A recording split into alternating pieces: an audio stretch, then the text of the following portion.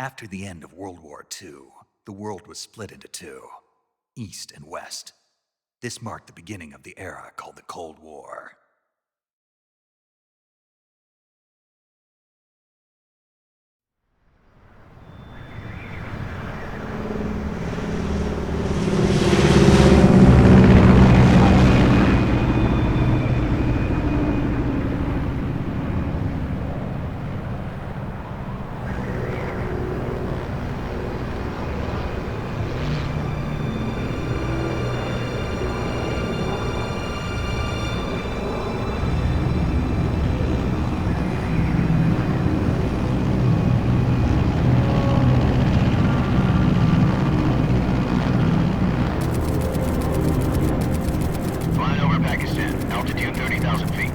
Approaching Soviet airspace.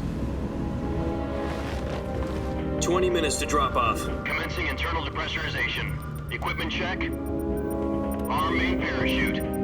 All right. You ready to go? Drop zone still showing a high pressure mass. Cav okay. Good. We've got high visibility.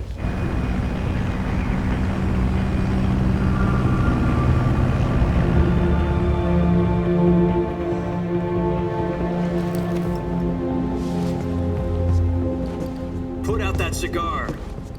Connecting oxygen hose to interior connector. Put on your mask.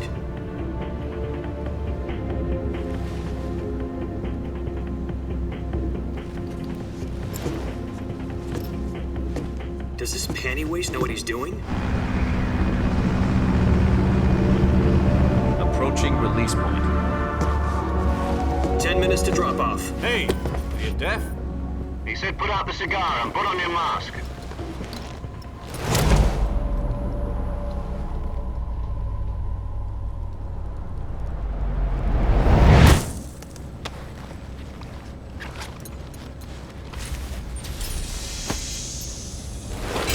Depressurization complete. Checking oxygen supply. 6 minutes to drop off. Opening rear hatch.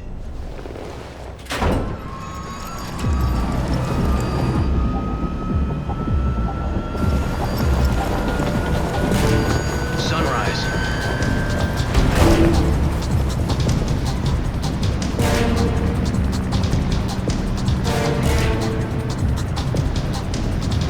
External temperature minus 46 degrees Celsius. 2 minutes to drop off. Stand up. You'll be falling at 130 miles per hour. Try not to get frostbite from the wind chill. 1 minute to drop off. Move to the rear. Activate bailout bottle. This is one for the history books. The world's first halo jump. 10 seconds to drop off. Stand by. Status okay. All green. Prepare for drop off. Countdown. 5, 4, 3, 2, 1. Spread your wings And fly. God be with you.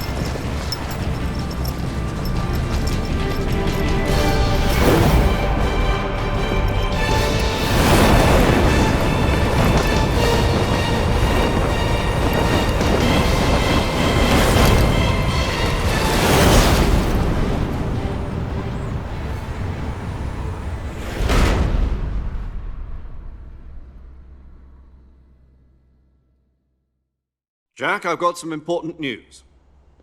The head of the CIA has finally given us the green light for the Virtuous mission. Virtual mission? No, the Virtuous mission. The future of our Fox unit depends on it. If it succeeds, we'll be officially organized into a unit. Virtuous mission? Sounds like some kind of initiation ritual. You know, don't get cocky. This isn't a training op. Right. So what exactly is this wonderful mission? Well, about 2 years ago, a certain Soviet scientist requested asylum in the West through one of our moles. His name is Nikolai Stepanovich Sokolov. He's head of the OKB-754 Design Bureau, one of the Soviets' top-secret weapon research facilities, and the East's foremost expert on weapons development. Sokolov? Isn't he that famous rocket scientist? The very same. On April the 12th, 1961, the Soviets achieved the first manned spaceflight in history. The Earth was blue, but there was no God. Well spoken. The rocket that carried Yuri Gagarin into orbit was the A-1, known as the Vostok rocket. Sokolov is said to be the man most responsible for the multi-engine cluster used in that rocket. After Gagarin's flight, Sokolov left rocket development to become the head of the newly established Design Bureau. From a lowly technician to head of a design bureau, that's quite a success story, so why'd he want to defect? It seems he'd become afraid of his own creations. Afraid? Call it a crisis of conscience. And for that, he left his country and his family behind and went over the fence? Not exactly. One of his conditions was that his family was also to be taken safely to the west. We used a mole to get the family out first and succeeded in sneaking Sokolov over the Berlin Wall shortly afterwards. I was the one who conducted the operation. The security on the eastern side was still full of holes back then. Then what? We got Sokolov over in one piece, but the whole ordeal had left him exhausted, and we checked him into a hospital in West Berlin. It took him 2 weeks and more than 600 miles to get from the research facility in the Soviet Union to Berlin. He was in no condition to say anything coherent. And it was only a week later that we had something much bigger on our hands. The Cuban Missile Crisis. October the 16th, 1962, President Kennedy received word that the Soviets were in the process of deploying intermediate-range ballistic missiles in Cuba.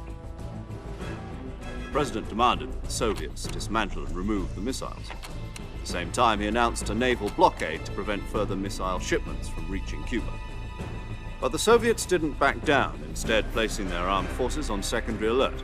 Soviet transport ships carrying missiles continued on course towards Cuba. US and Soviet forces went on alert for an all-out nuclear war.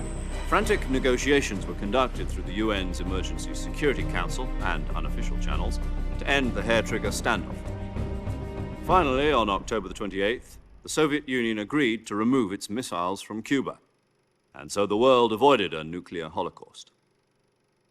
But in order to get the Soviets to pull their missiles out, we had to make a deal. You mean the one where the US agreed to remove its IRBMs from Turkey? No. The Jupiter IRBMs deployed in Turkey were obsolete, and we were going to get rid of them anyway. They had no strategic value whatsoever to either the US or the Russians. The Turkey deal was a ruse, a cover story that was fed to the other intelligence agencies around the world. So what did the Russians really want? Sokolov. They wanted us to return Sokolov. You mean the Soviets pulled out of Cuba just to get their hands on Sokolov? That's right. What the hell was he working on? At the time, we had no idea. We were running out of time. It was either give up Sokolov or risk full-scale nuclear war. In the end, we had no choice. President Kennedy gave in to Khrushchev's demand. The next day, I got Sokolov out of the hospital, handing him over to agents on the eastern side. Sokolov kept on screaming, "Save me," until he disappeared from my sight. Then a month ago, we received some new information from one of our moles. About Sokolov? Yes. He was taken back to the research facility and forced to continue working on the weapon in question under KGB supervision. What's more, it's on the verge of completion. So what kind of weapon is it? Something to do with space rockets? No, missiles. Same technology. I guess you're right. We don't know the details, but it appears to be a new kind of nuclear device. For half a year now, the Soviets have been conducting frequent nuclear tests at Semipalatinsk. Something to do with the weapon, I assume. We're talking about a secret weapon so big that Khrushchev was ready to pull out of Cuba to get it back. Is Sokolov still in the facility? No. According to our intelligence, he's in Selinoyarsk, a place in the mountains about 3 miles to the west that's known as the Virgin Cliffs. The Virgin Cliffs. Nice name for a virtuous mission. They moved him there just recently. Why? Apparently, they're conducting a field test of the weapon, but it's our best chance to get him back. This mission would never have been possible if he was still in the research facility. This is our last chance. Sokolov must have known that too when he contacted us.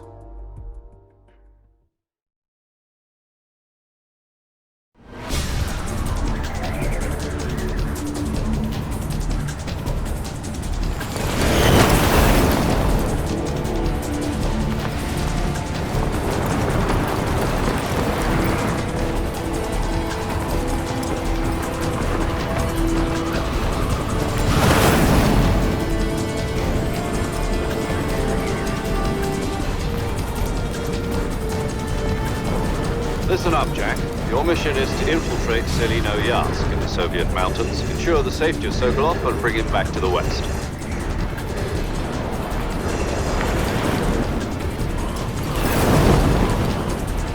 If we don't get Sokolov back before that weapon is complete, we'll be facing a major crisis. The clock is ticking.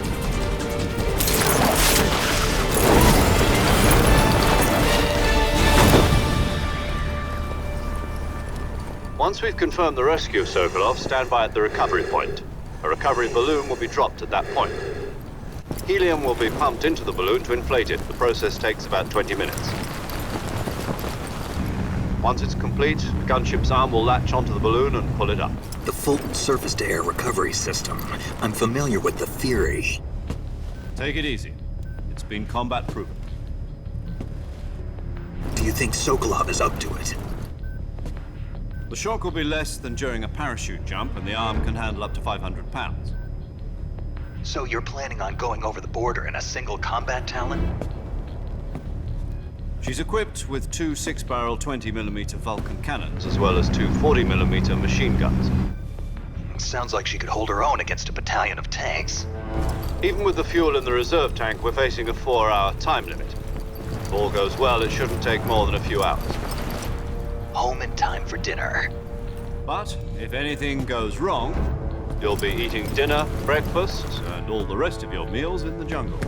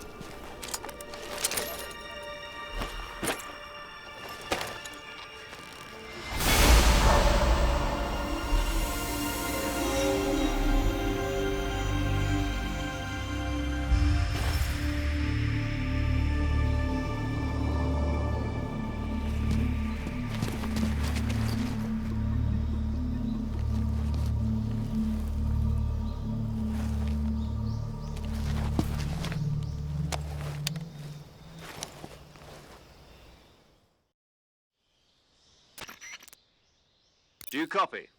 You're already in enemy territory, and somebody might be listening in. From here on out, we'll be using code names to refer to each other. Your code name for this mission will be Naked Snake. I'll be referring to you as Snake from now on. You're not to mention your real name. Snake? Oh, you don't like snakes? What do you mean? Well, you've eaten one before, haven't you? In survival training. I'm glad to hear that. I don't know if I'd ever order one in a restaurant, but... Be careful, you might not have a choice. What about you, Major? What should I call you? Let's see. I'll be Tom. Call me Major Tom. This will be a sneaking mission. You must not be seen by the enemy.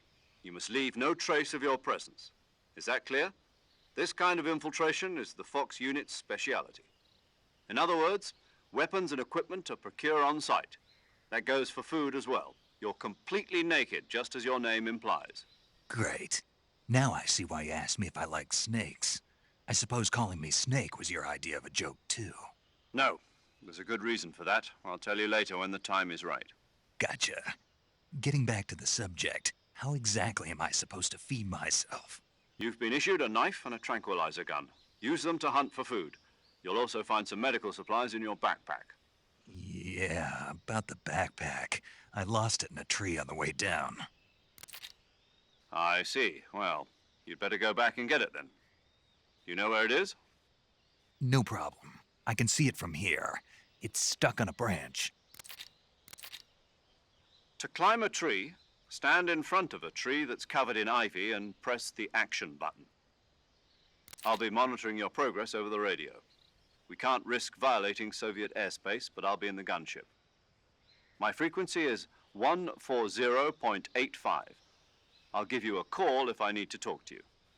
If you need to talk to me, use the send function. Okay, Snake, go get your backpack.